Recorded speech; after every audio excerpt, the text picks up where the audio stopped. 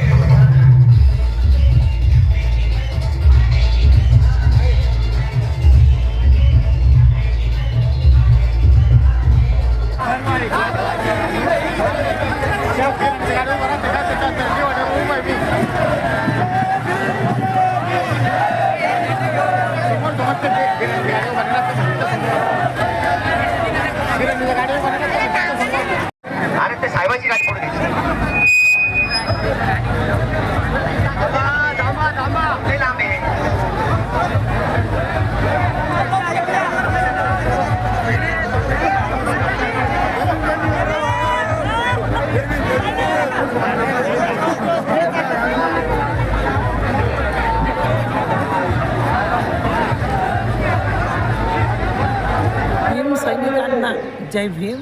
आज उपवर्गीकरणच्या संदर्भात मोर्चा आहे आणि त्या मोर्चाचं आयोजन सर्व संघटनांनी केलेलं आहे.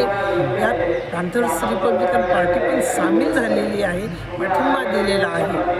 आणि हा मोर्चा उपवर्गीकरण रद्द झालंच पाहिजे यासाठी आहे. यासाठी आपल्या समस्या तर खूपच आहे आणि या समस्येसाठी तुम्हाला सांगते की बेरोजगारी आहे, तुम्हाला सांगते आज हुंडाबळी आहे, महिलांचं अत्याचार आहे. एवढं सगळं असताना खाजगीकरण आहे, धर्माचा द्वेष आहे, एवढं सगळं हे संविधान विरोधी आहे. तेव्हा आपण सर्वांनी या मोर्चात एवढंच सांगू इच्छिते की या मोर्चात आपल्या सगळ्या तरुणांना आग्रहाची सूचना देते आणि त्यांना सांगते सुद्धा की आपण काही केल्या एक संघ व्हावं. कारण असंघटित राहिलो तर जर राहिलो तर आपल्यावर अन्याय करायला सरकारला सोपं जाते आणि लोकांनाही सोपं जाते.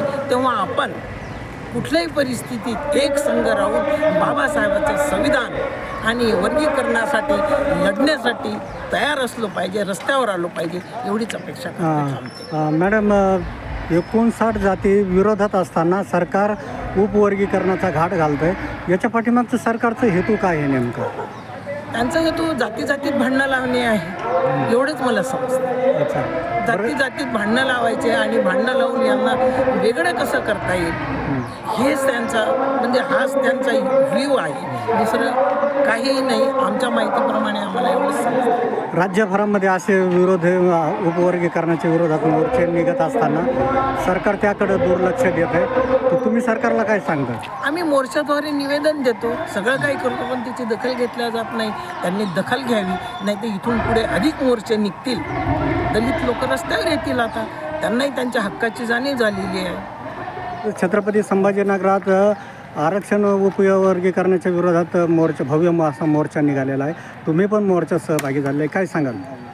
आज आपण बघत आहोत की मोठ्या लाखोच्या संख्येने संपूर्ण औरंगाबादच नव्हे तर हा विषय गेल्या 6 महिन्यापासून संपूर्ण मराठवाड्यात, महाराष्ट्रात उपवर्गीकरणच्या संदर्भात लाखोच्या संख्येने मोर्चा निघत आहे. का निघत आहे की समाजाचं एकच म्हणणं आहे की उपवर्गीकरण रद्द झालं पाहिजे. आमच्या 59 जाती आहे, त्यामध्ये आमचं भांडण होता कामा नये.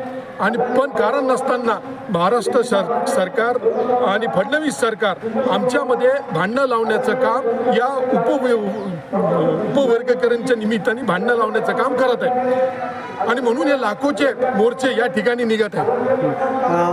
म्हणजे उपवर्गीकरणाच्या विरोधात मोर्चे निघत असताना सरकार लक्ष देत नाही. काय सरकारचं काय याच्यातून काय साध्य करायचं? साध्य हेच करायचं. आपण पाहिलं असेल की एकीकडे एका ठिकाणी मराठा आरक्षण चालू आहे आणि दुसरीकडे उपवर्गीकरणच्या नावाने समाजामध्ये फूट पाडण्याचं काम हे सरकार करत आहे. हे आपण लक्षात घेतलं पाहिजे.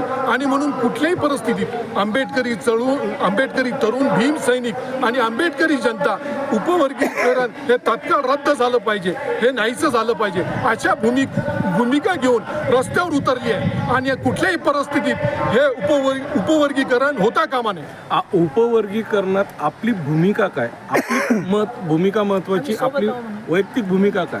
आमची भूमिका, आमचा आंबेडकरी चळवळीमध्ये पॅन्थर्स रिपब्लिकन पार्टी हा एक पक्ष आहे आणि उपवर्गीकरण हा जो विषय आहे तो आमचा त्याला विरोध आहे. आणि आम्ही संपूर्ण आंबेडकरी जनतेसोबत, भीमसैनिकासोबत इथं आलेलो आहोत की याचा विरोध झालाच पाहिजे आणि हे रद्द झालं पाहिजे. सरकारला काय आवाहन करणार तुम्ही? सरकारला आम्ही आवाहन करणार आहोत की लाखोच्या संख्येने संपूर्ण मराठवाड्यात, महाराष्ट्रात हे मोर्चे निघत आहेत आणि ताबडतोब याची दखल घेऊन हे ताबडतोब रद्द करण्यात यावं, नाही तर याच्यापेक्षा परिस्थिती वाईट होईल.